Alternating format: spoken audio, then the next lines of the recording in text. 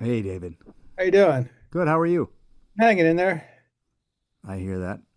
I want to talk about the band in general and the project, what you guys are up to, and there's a lot to talk about. But you were scheduled to perform, as I understand it, on New Year's Eve New Year's Eve.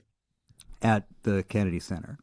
Yes, Uh, we were really looking forward to it. I want to preface any of these discussions about this thing at this point with first off, we were hired by Kevin Struthers. And Kevin Struthers, if you don't know, worked there for 30 years. I think started the jazz program with Billy Taylor. He's one of the life forces that kept jazz at the Kennedy Center going for all that time. And there was a time where everybody loved to hear from Kevin Struthers because the Kennedy Center was a great gig. We had played there before with, of course, him hiring us, but it'd been a while. I think it was 2012 was the first time we did it. So, I mean, Kevin had called us. I mean, stuff was in motion, like the board was replaced, that was going on. But it still gave us a sense of like, okay, this is still the Kennedy Center. The guy who hired us is the same guy who hired us, so we got a sense that the staff was still the staff. And actually, throughout pretty much the whole thing, it was the staff that I knew that worked with us. Kevin, I think, was fired maybe a month after he hired us. The people underneath him, they were the ones we were dealing with the whole time. And just to stress this part for nuance, they were wonderful, absolutely wonderful people who were trying to, like I think with every organization, every government organization that was decimated by Doge and everything else, everybody, always had a few people trying to hang on and maintain the dignity of the place and the thing they were trying to do. And you really wanted to be there for them. They're wonderful people and they're still there and they're trying to hang on. And we love the Kennedy Center. And I think we thought maybe at first mistakenly that if we didn't do it, it would help just kill jazz at the, we thought that maybe even maintaining it through this would be something, well, at least jazz will still be there when things get back to normal or something. But then he put his name on the building. And I don't know, I guess people reacted to that in different ways. To some, it really represented something. It was a performative action meant to get this result, own the libs, whatever that version is, get them in an uproar, and it definitely got them in an uproar. And I understand that. I mean, sometimes the uproar doesn't have the nuance in the whole picture you would like. It takes on a life of its own. There's something very wrong. I mean, I'm still trying to be measured about this thing because we still potentially face repercussions. But I mean, I think, not hmm. to quote other news sources, but I think it was Nicole Wallace on MSNBC said, "Why do we have to talk about this? A petulant child puts his name on a building, and we have to talk about it." I think that was sort of our attitude. Like this guy did some performative thing, and we really have to address this. We don't get to ignore this like a child. I mean, I know he's the president and all. So that was the immediate reaction, but that was a very fast, fleeting moment. This thing became a very, very symbolic thing to a lot of people. Yeah. And it just kept getting worse every day. I was in touch with the people at the Kennedy Center, like, this is getting bad. This is getting really bad. And I'll have to say, they said, whatever your decision is, we support you 100%. We're here to support the artists. We're here, that's our job at the Kennedy Center is, and at a certain point, I think we were starting, the real problem with us was that he put his name on the building 10 days before the gig. It wasn't like the gig was in April and we can go like, see ya, because there were other repercussions involved. There's some contractual issues. There are penalties involved for late cancellations. You have to pay some of the fees of the expenses they incurred, and they accumulate the closer you get to the gig. So I think at a certain point, I said, guys, none of us love this right now, but if it's going to get bad for you, uncomfortable, and you want to drop out now. I know as we get closer, nobody was speaking up, but again, every day changed. Every day was worse. Every day somebody got a phone call from a friend who called them, told them this and told them that. The social media stuff was. But So just to be clear, you were feeling some blowback from your community with people were saying, how oh, can you do this? You can't go ahead with this show. yeah, yeah. And also everybody's an expert. Everybody said, "Oh, there's no fees associated with a cancellation." I was like, "Well, maybe at the bar around the corner, but the Kennedy Center might be a different situation."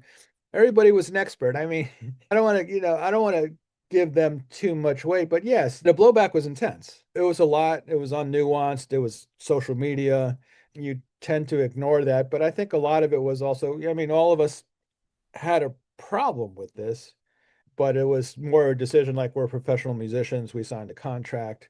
It's 10 days out. Now it's like 5 days out, 4 days out. And we're like, it's just getting worse every day. So there was a lot of back and forth. And then when finally one guy was just like, look, somebody called me this and called me that, and like a lifelong friend. And I really can't do this. And I was like, well, none of us can. And that was we just called it. That is a really difficult, even more difficult position than I guess I understood. Because I guess my sense of it going into talking to you was that you guys were stuck between a certain kind of sense of maybe what your values are and how far is too far. Like, yes, a gig is a gig, you sign a contract, but at a certain point, do you feel comfortable walking into a building that somehow you are being asked implicitly to accept that you didn't accept when you signed the contract, which is that you're somehow supporting the Right.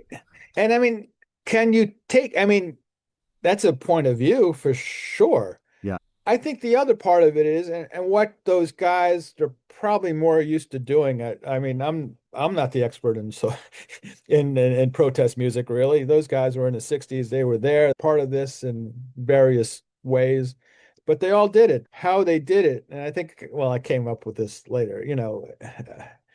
As you have to think this through a little bit. I mean, some of the thought was like, we can go there and play protest music. We can make our feelings known that we are not comfortable being here and play. We can play. Well, we talked about it. We talked about Fables of Faubus. We talked about, lift every voice and sing. We talked about things we can do. I mean, it wasn't a like, oh, he did it, bam, we're out. We really tried to figure out what was the best way to do this. But what was the best way for us to do it is not the world we live in now, really. I mean, if we said, "Oh, we're just going to do protest music," and they'd be like, "Well, you're still doing cancer," blah, blah, it just, again, a nuanced discussion was not in it. And we wanted to have it. We don't want people mad at us too much. It's an interesting place to be. And It, it's it not a nuanced thing. We have other political discussions where things that were more nuanced in my lifetime are not nuanced anymore. And I've had particular ones about particular things where it's not that conversation anymore, and it's a drag. And this one was a little closer to home, obviously. But we could have gone up there and played protest music. We could have played Lift Every Voice and Sing. We could have done stuff to express musically how we usually express things. Like, we're here, we're gonna, and also the audience was fans. It was, I mean, people also have this impression that we were going to play for Stephen Miller. And if that's who it was, then yeah, we would have taken somebody's suggestion and just played completely avant-garde, free for 60 minutes. And, there was an Anthony Braxton, put a timer on the clock and play for 60 minutes. But it was our fans. And I thought, sure, we play Fables of Faubus. We do something that says, "Hey, this is the times we live in." But I mean, the Kennedy Center, we played. The Kennedy Center has been the Kennedy Center the whole time. It's been, the same programming, whether it was a Republican president, whether it was a Democratic president. You never had a thought about like, oh, this guy, and I mean, that's what's kind of changing about the world these days. This, everything is like those people, and so it's an interesting place to suddenly be thrust upon it and make these decisions. I mean, I kind of just ran through the whole gamut for you that happened over a week, or even further back, because we were talking about other stuff along the way. But yeah, really, it was basically a week between when he put his name on the building and what before, and then we were like, just we just can't do this. Yeah, I mean, one thought I have while you're talking is, regardless of the repertoire, the existence of a group like the Cookers is a manifestation of America. It's a multiracial, multi-generational group that represents, an American form of expression, and so just being there is of in a way, a sort of form of protest or assertion of values, regardless of what music you play. You should have gone on social media and said that. I should have, but what But I yes, guess, you're absolutely right. And I was completely lost in this world we live in, which I mean, look, we didn't start this. It's interesting to see how people react to things. And I mean, this is just a small, I mean, I said it a few times, I had to do interviews and I had to keep measured. I mean, I'm maybe not as measured as I was for CNN, but in the overall scope of things, a guy putting his name on a building is not like bombing, and the list has just grown and grown. When I was doing the interviews, it's a little different than blowing boats out of the ocean and sending people to lands they'd never been in their entire life. I mean, in the overall scope of things, it's not really. But now we can add shooting a lady, shooting a woman in the face in Minneapolis, invading Venezuela, right? No, talking about Greenland. But you are absolutely within your rights to say, look, we do not want to represent this guy or this government or whatever it is. But what I hadn't really considered until just now is also the question of, well, who are you? I mean, you're ultimately responsible for yourselves and what you believe, you as a group collectively decide. But this right. idea that you have your community coming from one side and saying, we can't accept this, this is not okay. And on the other hand, you have your professional responsibility of, hey, we signed a contract, we got a gig, we owe it to, we're professionals here. This is what we do. And you're caught in between that. That is a tricky spot to be in. Of course. And it was also our supporters were also basically saying like you have to do it our way. Mm-hmm. You can make anything other than that, you're making excuses. And it's again, it's not a newest conversation. I can't expect the best of the world, our better angels or whatever you call it, to come out on Facebook and be like, I mean, like there was one person, I mean, I remember one person said something nice, and I was just like, Mm-hmm. one. And a couple of friends called me. And I was like, that's just nice to hear a friendly face, a friendly voice. So it's an interesting thing. But I also want to say that it's 7 band members. We all made this decision. I think at my worst, I guess, was I we were all kind of like uncomfortable with it. And I guess it would have been on me to say, like, well, nobody's gonna like say I can't. Then I'm the one who's got to say, like, I sense you're all not comfortable with this. But I think it's what you're talking about, Sue, is they're old professionals. They do the gig. And I like the part where you say just our very presence is that's what I thought. I mean, we're going somewhere where they don't want us. In an ideal world, in my perfect world, they would have canceled us and said, we don't want jazz here. We don't want you here. That would have been great. I would have get to keep the deposit. I would have been able to pay everybody some money, but they could cancel us and the pressure wouldn't be on us. And then it would be like, they didn't want jazz there. So I agree with you. I think the very presence of a band like this is the antithesis of their worldview. And, but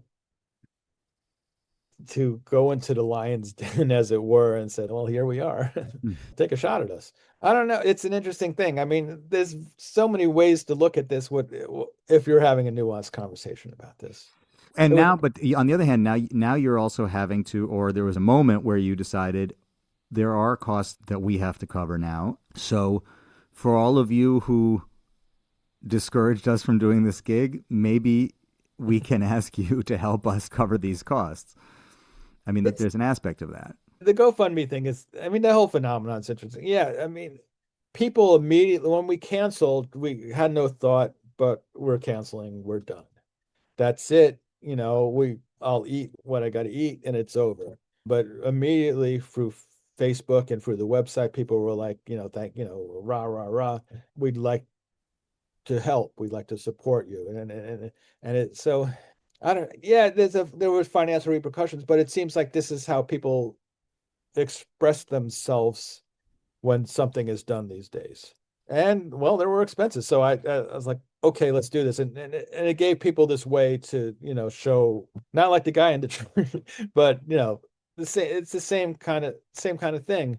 And I mean, I'm glad for it. I'm really happy for all that support, but it shows that we're in a weird time. Yeah.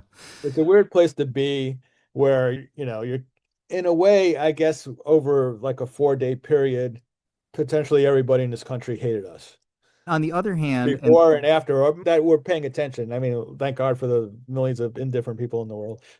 the speed of the news cycle that it comes and goes, Yeah. and it washes over. But what's, this is maybe a little cynical of a question, but, you know, your name, the Cookers, the names of all the musicians in the band, this is probably the most press that the group has gotten in a long time. Well, I mean, the calls that happened the minute we canceled were great, and that's why we put the statement on the website in anticipation of that. But they would have loved it if we spoke out more. And that's the kind of thing like, well, you want fame? You want to be famous for this? Speak out more. Take the chance. And it's like, well, that's a big chance. And also, more importantly, it's not what the other band members wanted. Yes. Maybe I don't even know if I would have gotten brave enough, but it's not what they wanted. We did the camp. That's how those guys do business. If they did the gig, they would have expressed themselves in the way. And so it was an interesting thing. Like, I think if I've learned anything from those guys is they don't want it that way. They've worked hard. They're amazing musicians. They've done this for 50, 60 years.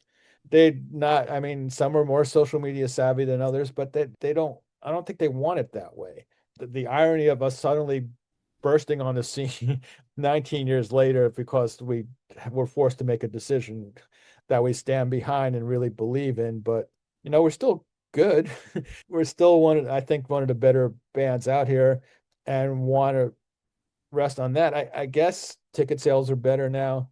People are symbolically buying a record, and that's very nice. Hopefully some of them will like it and go like, oh, cool, jazz. This is so it's an interesting thing to be in.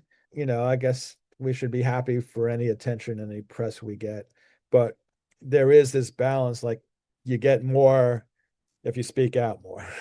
Yeah. And Um, right, and what I'm hearing you say is, especially the older guys in the band are saying, we're about the music. We're in this Absolutely. band to make music, not to make any other kind of statement other than through the music. I think at this point I've used it. It's a tired line from many tired movies is like they're too old for this.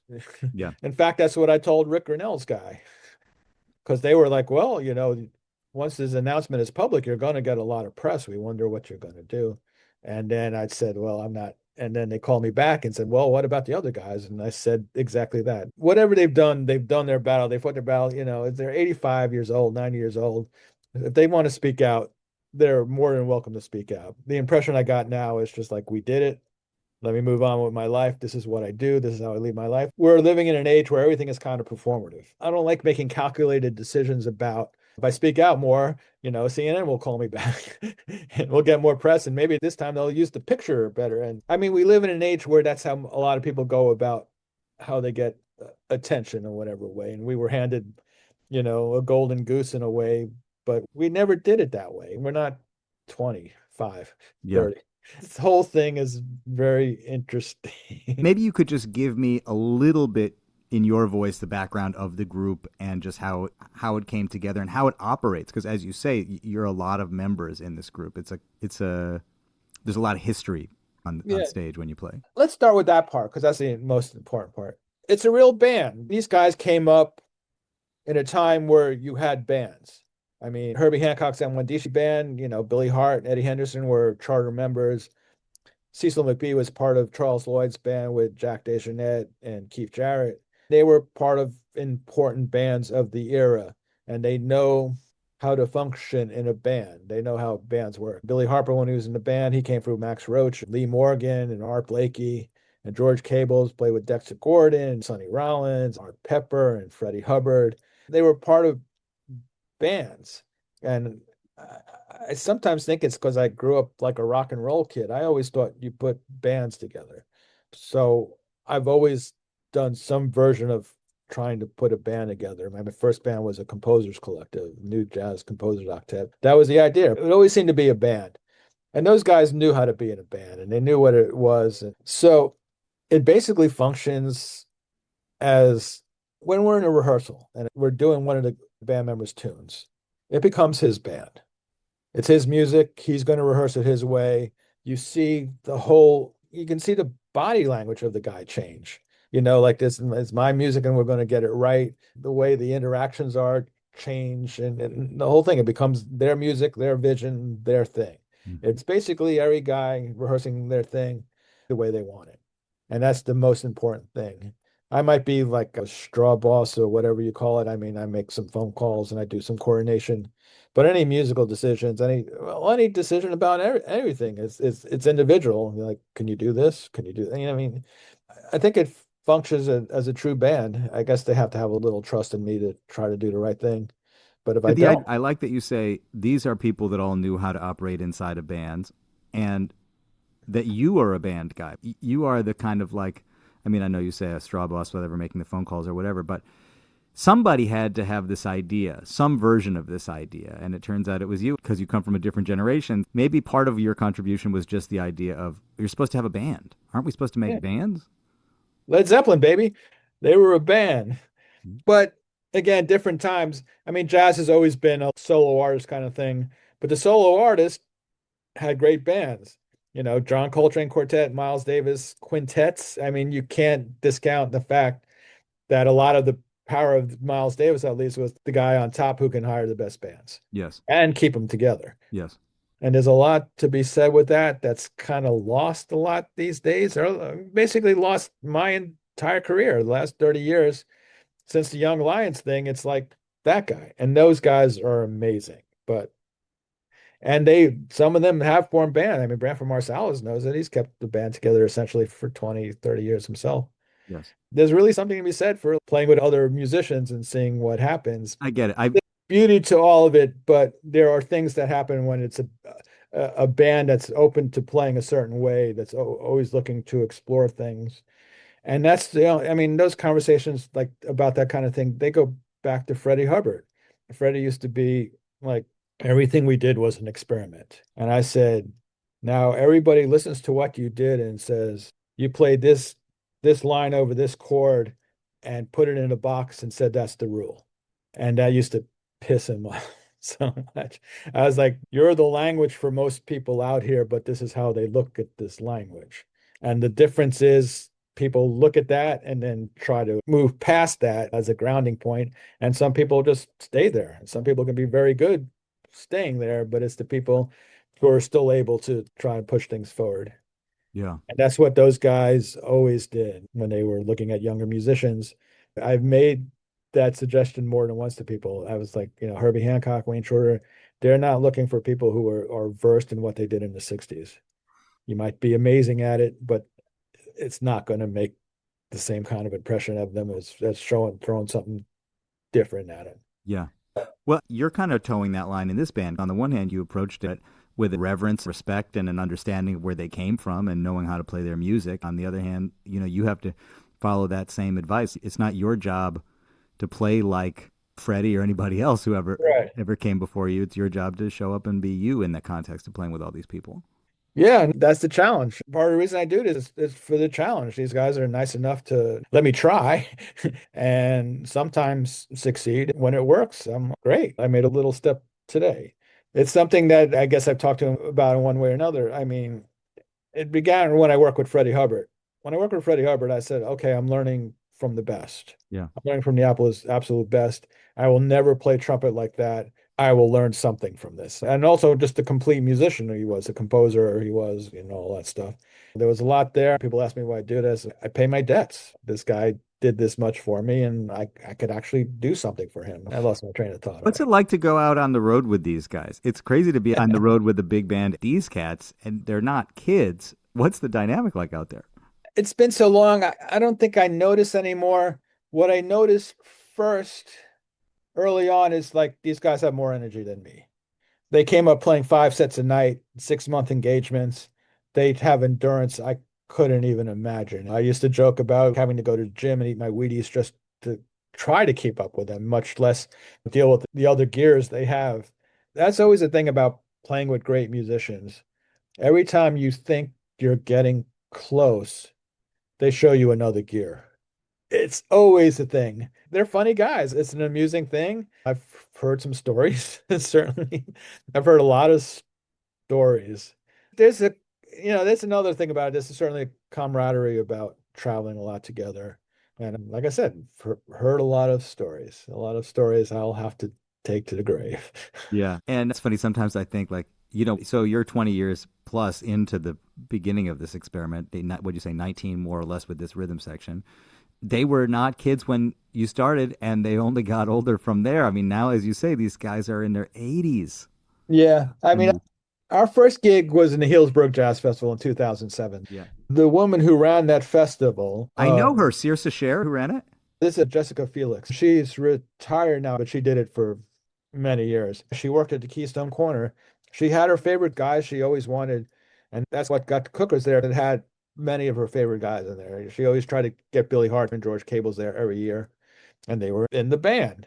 When we went out there was a singer out there. They said, well, come out early and we need you to make a record with this person. So we made a record with this singer. I think I played on it a little bit, but I produced it. It was George and Cecil, Billy, and Craig Handy. And we were out there for like a week before our first gig. It was a studio in the woods. So every time we would take a break, trying to find the guys to get back and, said wander off into the woods. And then you get one guy back and then somebody else disappeared. But there was a picture of us in front of the studio of the whole band and the singer. And I was like, wow, young men. I mean, they were in their 60s, but yeah, they're doing something right. They're all still playing and still want to play. And still saying yes to the gigs, still doing it. They could always say no. They can say stuff like, I'm getting tired. I wonder if I will age more gracefully because I've seen everybody else do it. Yeah. I mean, that goes back to even with your parents. You're like, oh, I'll never do that when I get that age. I'll understand from watching this that I will never do that when I get that age. I can't imagine playing trumpet at 85. Eddie is playing it with such strength and idea. It's amazing. We've had conversations about trumpet mortality ever since I work with Freddie Hubbard. Freddie spectacularly didn't last. I used to have conversations almost everywhere we played, like what happened to Freddie Hubbard. And I used to come up with, you show me a granola eating yogi, vegan, vegetarian gym rat who played like he played for that many years. If they still last, you might have a point. Well, Eddie's lasted. There It you go. still sounds great. I've never heard anybody at that age do that. Well, what I saw Freddie in the early 90s, I grew up in Madison, Wisconsin, and Freddie came through with a Chicago rhythm section. It seemed to me he was on a Midwest tour that was like setting bridges on fire and then crossing them. My understanding was that he had some sort of abscess and he was trying to play through it. Maybe if he had taken better care of himself, he would have been able to keep playing. All of that is true. There was an abscess or something and it popped and he took some time off. They were worried it might be cancerous, so they did a biopsy and said he was fine. He's like, cool. Right. Freddie probably had impulse control. He could play through anything because that's how he lived his life.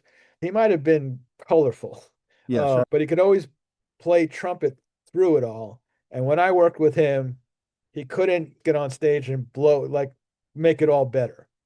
So it was a different attitude because he knew whatever he did, he would go on stage and just blow everybody's mind.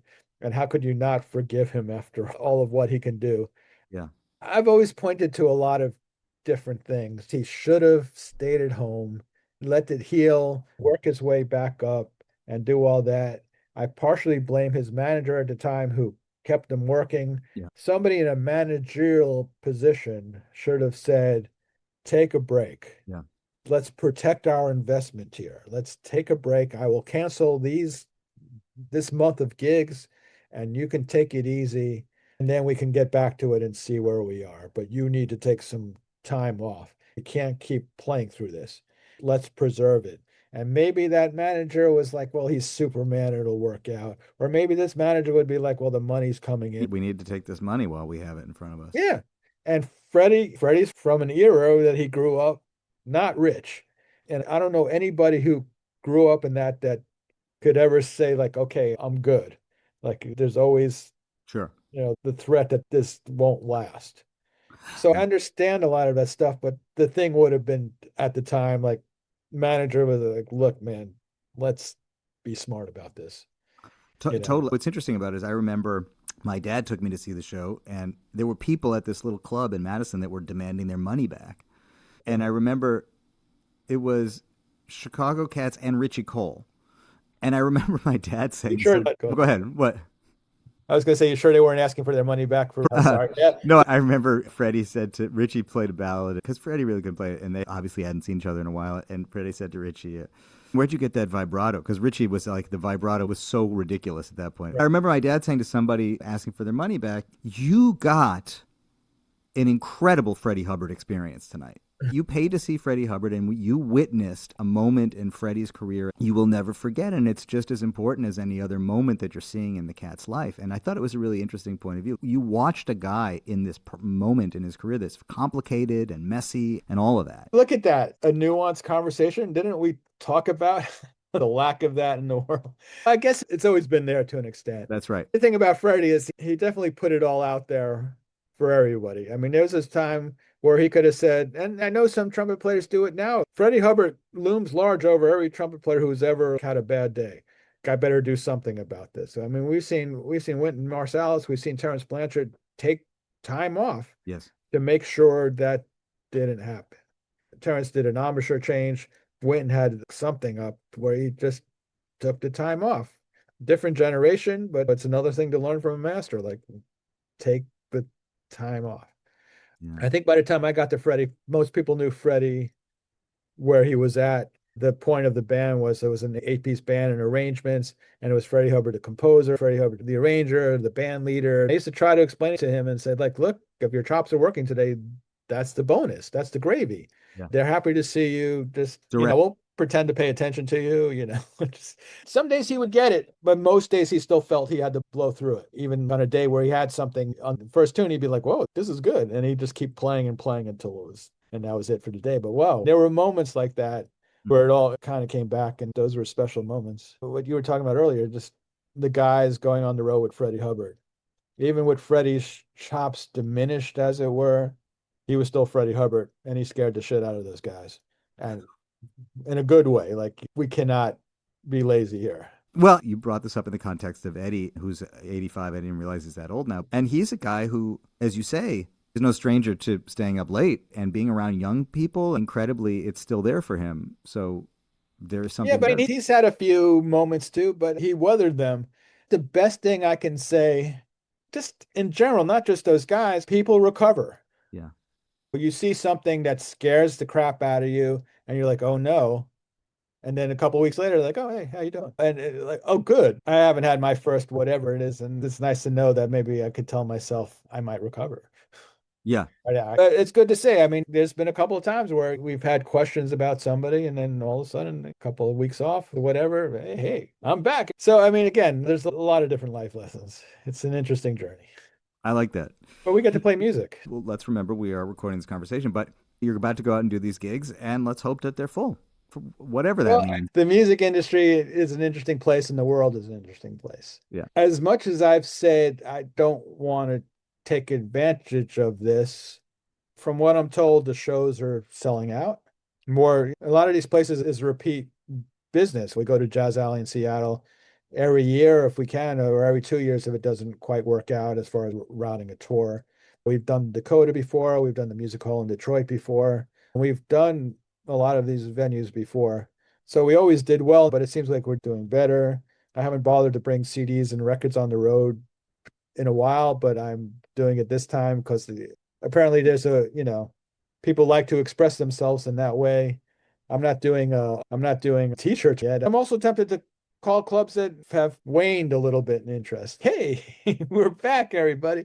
Talk to record companies again. I can sit here and say, like, oh, I don't want to take advantage of this thing. And we've already talked about how I could and I won't. It's interesting. It doesn't take much in jazz to get tension in our attention deficit world. For me, it's usually a musician who plays in a rock band. It's a stepping stone for jazz world acceptance. And I don't want to say like, hey, we're the radicals. Let us make a record again. Man, there is something of a gallows humor about the idea that in the jazz business, sometimes the best thing you can do is not play a gig and get the attention. People are paying more attention to a project because of a gig that didn't get played than for the 10 gigs that you're going to go out and play now.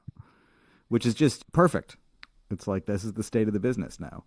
Yeah, that's actually, I can't recount it. There's a Marx Brothers joke like that about hiring an orchestra. I can't remember the whole joke anymore because it's so many years. Yeah. But the end of it is like, how much is it if you don't play at all? And it's like, oh, you can't afford that. I'll look that up. That's a very funny premise. I dig it. Man, thank you for taking time. This has been so fun. And Sure, man. It's fun to think I could speak freely. you can, man. I Yeah. promise you. Yeah. Yeah, it's in the back of my head. Of course. I mean, we've covered it. There are different lines. Here, check this out. Let's do this right now. Here.